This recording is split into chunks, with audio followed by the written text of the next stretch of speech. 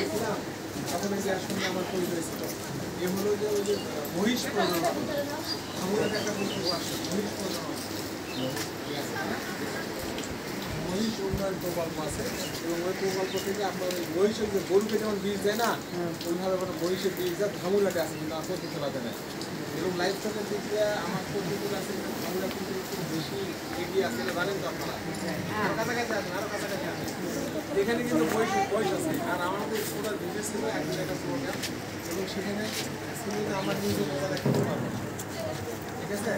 আমার পার্শ্ববর্তী জেলা আমার জীবন সহায় করতে হবে জায়গাটা অনেক সুন্দর হয়েছে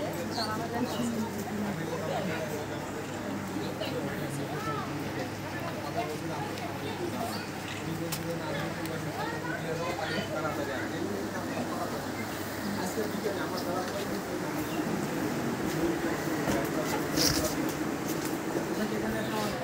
আমি চিন্তা করি যে একটা মূল্য মহিষ পাবো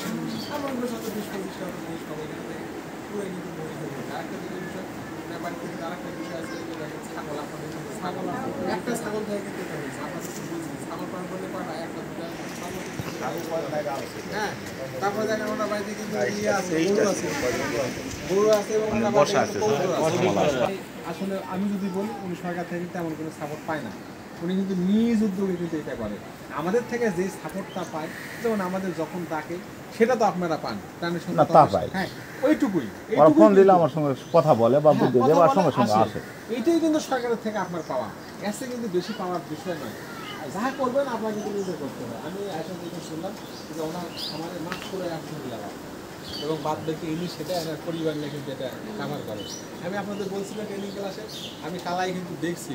যে ওই বাড়ির মহিলাগুলো কিন্তু প্রচুর কাজ করে অনেক বড় লোক মানুষ টাকা পয়সা অনেক কিন্তু দেখলে মনে হবে না যে এই বাড়ির মহিলা কাজ করতে পারে কিন্তু কালাই এটা দেখতে পাচ্ছে এবং এখানে আসে কিন্তু এটা কিন্তু আমাদের কিন্তু লক্ষণীয় একটা বিষয় উনি কিন্তু নিজে কাজ করে এবং উনি একা যে কাজ করবে 4টা লেবার মানে যে লেবারে কিন্তু 5টা লেবারে কিন্তু ওই মায়া দিয়ে কিন্তু কাজ কিন্তু ঠিক আছে দেখে আমরা এখানে মোটামুটি দেখছি আর এখন আসলে এই খাবারটা কীভাবে উনি কোথা থেকে শুরু করলেন বা কীভাবে এখন বর্তমানে এই অবস্থায় আছেন